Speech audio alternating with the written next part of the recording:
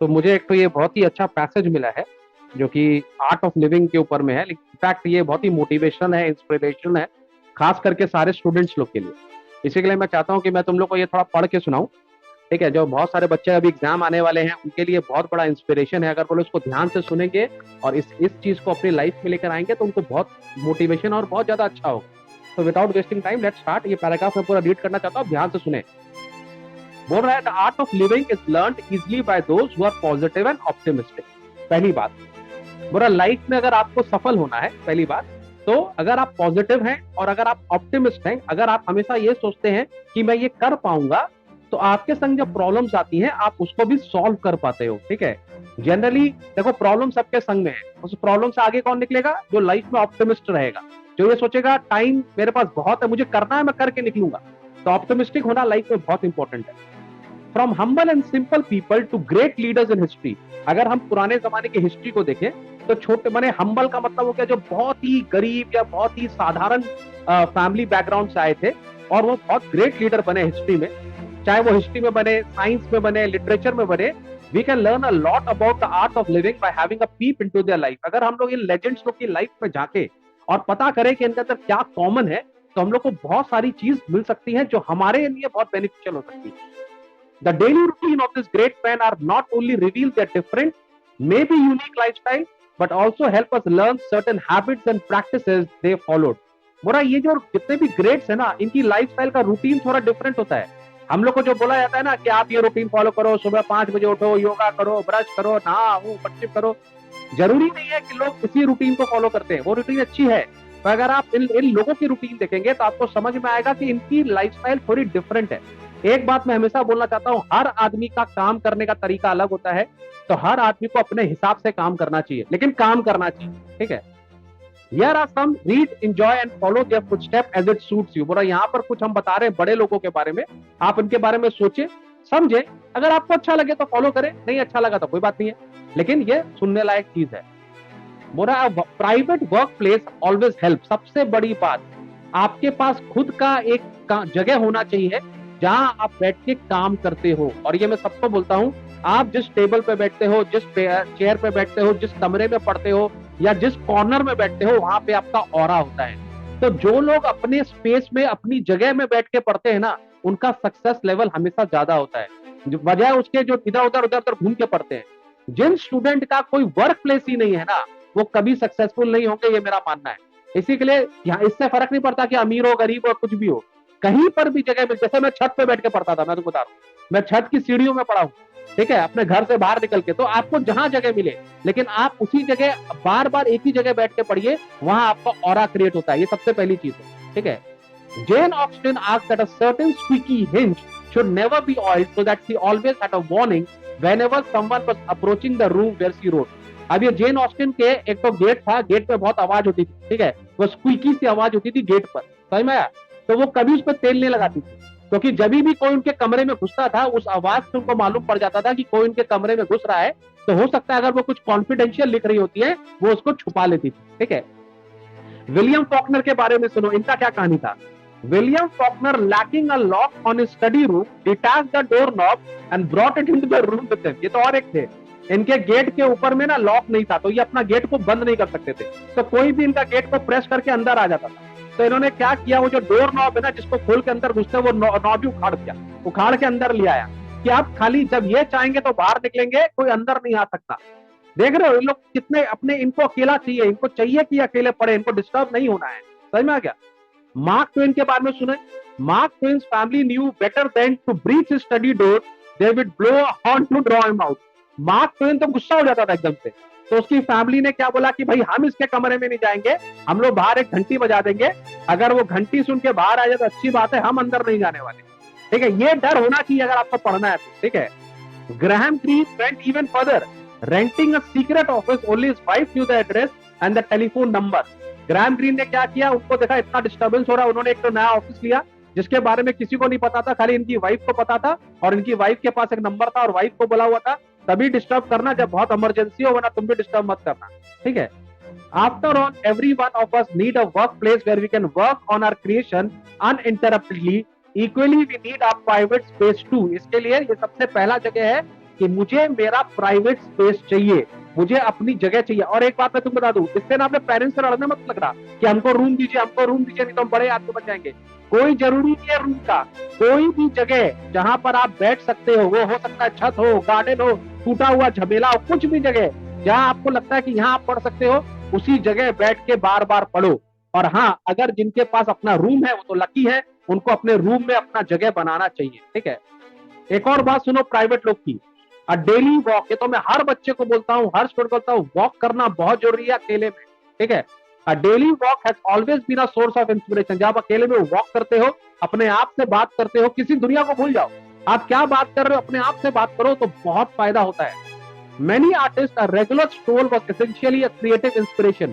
उन लोग का जो रेगुलर स्ट्रोल है, मतलब वो लोग हमेशा वॉक करने जाते हैं, आधी घंटा 1 घंटा हमेशा अकेले में वॉक करना चाहिए। खास करके स्टूडेंट्स लोग को, अगर आप कुछ पढ़ रहे हो, पढ़ने के बाद अगर आपको कुछ रिवाइज करना है, आप अकेले में निकल जाओ, 15 मिनट वॉक करो, आधी घंटा वॉक करो, फिजिकली भी फिट होके ब्रेन भी फिट होगा। साइंस के स्टूडेंट के लोग के लिए तो मस्ट है। आपने केमिस्ट्री पढ़ी, आपने मैथ्स किया, आपने फिजिक्स पढ़ी, आपको थोड़ा सा अपना करना है, वॉक पे निकल जाओ, 10 मिनट वॉक करो, 15 मिनट वॉक करो, जब तक वो कंसेप्ट क्लियर नहीं होता वॉक करो। मैं चैलेंज देता हूँ, लौट कर आओगे ना, अपने आप सोल्यूशन दिमाग में आएगा। लेकिन प्रोवाइडेड वॉक करने वक्त किसी और को ताकने मत लग जाना, अपने पढ़ाई में कॉन्सेंट्रेट करना, ठीक है। ये नहीं कि बंदर की तरह आम तोड़ने निकल गए, अपने काम पे रहना, ठीक है। Charles Dickens famously took 3 hours walk every afternoon and what he observed on them fed directly into his writing। अब चार्ल्स डिकेंस क्या करते थे, वॉक करते थे और सबको ऑब्जर्व करते थे, और उसके बाद वो 3 घंटा वॉक करने के बाद जो जो उन्होंने लिखा वो अपनी राइटिंग में लिखते थे। Tchaikovsky made do with a 2-hour jaunt but would return a moment early, convinced that doing so would make him ill, ठीक है। माने ये जो थे ये चाइकोवस्की थे, ये 2 घंटा एकदम एनर्जेटिक वॉक पे जाते थे, और उनको पता था अगर ये इसको थोड़ा कम करेंगे तो ये बीमार पड़ जाएंगे, तो इनका रूटीन था इनको जाना है। लुडविग वैन बीथोवन, बहुत बड़े राइटर है, took lengthy strolls after lunch carrying a pencil and paper with him in case of inspiration struck। खाना करने के बाद ये भी निकल जाते थे वॉक पर, और हमेशा पेंसिल रखते थे अपने पास, एक नोटबुक रखते थे कि अगर कोई आइडिया आया तो इन्होंने फटाक से इसको नोट कर लिया। 19th century composer Eric Satie did the same thing on his long hikes from Paris to the working class suburb where he lived। ये भी यही करते थे, अपने स्टूडियो से निकल के वॉक करके आते थे घर पे, ठीक है। Stopping under the street lamp to jot down ideas that came on his journey। देखो बहुत इंटरेस्टिंग है, उनके घर के बाहर में एक तो लैंप पोस्ट था, ठीक है। वो लैंप वॉक करके आते थे, लैंप पोस्ट के नीचे खड़े होकर लिखते थे, ऐसा लगता था ये लैंप पोस्ट उनको इंस्पिरेशन दे रहा है। तुमको पता है जब ये लैंप पोस्ट खराब हो गया या इसको हटा दिया गया, इनकी राइटिंग भी खराब हो गई, ऐसा माना जाता है। It is rumoured that when those lamps were turned off during war year this music declined too, ठीक है।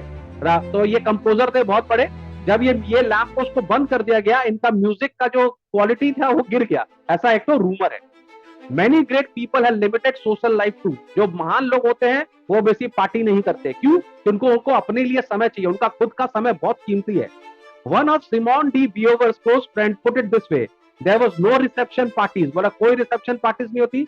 It was an uncluttered kind of life। uncluttered का मतलब होता है जिसके अंदर कोई कंफ्यूजन नहीं है। आप अगर पार्टी में जाओगे तो इतनी सारी कंफ्यूजन है, इससे मिलना, उससे मिलना, इसको बोलना, ये खाना, वो पीना, तो उन लोग इस सब चीज से दूर रहते थे। सिंप्लिसिटी चाहिए, deliberately constructed so that she could do her work. तुम लोग स्टूडेंट लोग को भी बोलता हूँ, जितने अपने लाइफ को सिंपल रखोगे, जितने रिलेशन से दूर रहोगे उतना बढ़िया है। ज्यादा रिलेशन में रहोगे, ज्यादा फ्रेंडशिप में घुसोगे, लाइफ कंफ्यूज हो जाएगी, इसका बर्थडे, उसका बर्थडे, इसको गिफ्ट, उसको गिफ्ट, ये सबसे दूर रहो। If you want to be a brilliant student, अपने लाइफ को सिंपल रखो, कम से कम लोगों से मिलो, कम से कम यूट्यूब में वीडियो देखो, फालतू वीडियोस, ये आता है ना मोटिवेशनल और ये और उसका वो, ये सब से खाली दिमाग खराब होगा और कुछ नहीं होगा। तुम अपनी जर्नी में चल रहे हो, दूसरे की जर्नी हो सकता है दुख भरी हो, पर उससे तुम्हारा क्या लेना देना भाई? तुम्हारी जर्नी तुम्हारी है, किसी और की जर्नी किसी और की जर्नी है, उसकी जर्नी से भी इंस्पायर होने का टाइम नहीं है। अपना रास्ता खुद बनाना है, अपनी जर्नी खुद बनानी है। अपनी जर्नी से लोग इंस्पायर हो ना, दूसरे की जर्नी से हम क्या इंस्पायर होंगे? समझ में आ रहा? उसकी जर्नी से मेरी जर्नी का क्या लेना देना, ठीक है। To Pablo the idea of Sunday was an home day. Pablo जो थे वो संडे को घर में रहते थे, क्यों? क्योंकि वो अपने ऊपर टाइम वेस्ट, अपने ऊपर टाइम स्पेंड करना चाहते थे, वो बाहर पार्टी करना नहीं चाहते थे। The routines of this thinkers are difficult. अब इनकी रूटीन थोड़ी डिफिकल्ट है, perhaps it is because they are so unattainable. अब ये एक तो बहुत इंपॉर्टेंट क्वेश्चन है कि इनकी क्या रूटीन आप फॉलो कर सकते हो। फॉर एग्जाम्पल यहाँ पे तुमने देखा होगा एक राइटर 3-3 घंटा वॉक करता है, ठीक है, कोई राइटर 2 घंटा वॉक करता है, लेकिन ये लोग तो भाई फेमस है, इनके पास पैसा है, इनको किसी और के लिए काम नहीं करना। उनका क्या, जब उनको किसी और के लिए काम करना, उनके पास तो इतना है नहीं ना। जो आदमी नौकरी करता है उसके लिए तो अपने पास टाइम नहीं है, उसको तो वैसा ही काम करना पड़ेगा जैसे ऑफिस बोल रहा है, लेकिन वहां पर भी हमको अपने लिए टाइम निकालना पड़ेगा। The very idea that you can organize your time as you like is out of reach for most of us। ये बहुत अच्छी बात है कि हर आदमी अपने हिसाब से टाइम अरेंज नहीं कर सकता। फॉर एग्जाम्पल, तुमको दिन में सोने का मन करता है, रात को पढ़ने का मन करता है, पर दिन में तो स्कूल भी जाना है, तो आप स्कूल को थोड़ा बोल सकोगे कि सर मेरे लिए रात को करिए स्कूल को, कि मैं दिन में घूमता रहता हूँ। दिस इज नॉट पॉसिबल ना। तो लेकिन जो लोग अपने हिसाब से अपना टाइम अरेंज कर सकते हैं वो बहुत लकी होते हैं कि वो अपने हिसाब से काम कर सकते हैं। So I will close with a toast to all those who work with difficulties। तो यहाँ पे राइटर बोल रहा है कि वो इंसान जो अपने हिसाब से टाइम एडजस्ट नहीं कर सकते फिर भी सक्सेसफुल होते हैं, वो बहुत ज्यादा सेलिब्रिटी है, उनको सेलिब्रेट करना चाहिए। Like Franklin Prose, who began writing when the school bus picked up her children and stopped when it brought them back। अब ये फ्रैंकलिन जो प्रोज थी, इनके जब बच्चे स्कूल चले जाते थे तब वो लिखना चालू करती थी, और जब वापस आ जाते थे तब लिखना बंद कर देते, क्योंकि तब उनको बच्चों को कॉन्सेंट्रेट करना पड़ता था। ये टी.एस. इलियट का भी आपको पता ही है, who found it much easier to write once he had a day job in a bank than he had a starving poet, and he had as a starving poet, and even F. Scott Fitzgerald, whose early books were written in a strict schedule as a young military officer। तो ये लोग सब जितने भी writer है ना, इनके पास time का बॉन्डेज था, ठीक है। ये लोग ने अपने सहूलियत से अपने टाइम को यूज किया। Those days was not as interesting as the nights in Paris that came later, but they were much more productive and no doubt easier on his liver। Liver का तब अब उन्होंने अल्कोहल कम पीना चालू कर दिया, ठीक है। ये फाइनल पैराग्राफ बहुत इंपॉर्टेंट है। Being forced to follow someone else route में irritate। ये देखो, ये तुम लोग के लाइफ का एक फंडा होना चाहिए। इसी के लिए मैं तुमको बोल रहा हूँ, आदित्य किसी और का वीडियो फालतू का मत देखो। किसी और के रास्ते में अगर आप निकलने की कोशिश करोगे ना, तो आपको उस रास्ते में इरिटेशन ही मिलेगी। याद रखना, हर आदमी का रास्ता अलग होता है, इतने सारे परम्यूटेशन कॉम्बिनेशन है, हर आदमी का लाइफस्टाइल अलग है। अगर मान लो तुम अमीर घर के लड़के, तुम्हारी प्रॉब्लम थोड़ी है, तो अमीर घर के लड़के हो, कोई आदमी गरीब घर का लड़का, उसका प्रॉब्लम थोड़ी है, उसको वहां से रास्ता निकालना है। अमीर आदमी को अपने घर से रास्ता निकालना है। आज किसी का बेनिफिट है तो ये गलती थोड़ी है, या किसी का बेनिफिट नहीं है तो ये उसकी गलती नहीं है। आपके पास जो भी सिचुएशन है, आपको उस सिचुएशन से अपने लिए रास्ता निकालना है। दो रास्ते कभी एक जैसे नहीं हो सकते, आपको अपना रास्ता खुद क्रिएट करना है। But it makes it easier to stay on the path. लेकिन रास्ते पे तो रहना ही पड़ेगा, चाहे वो रास्ता आपको इजी लग रहा हो, ठीक है। बहुत सारे लोग बोलते हैं यार हम तो पैसे वालों के अपने प्रॉब्लम होते हैं, ठीक है, उनका अपना डिस्ट्रैक्शन है।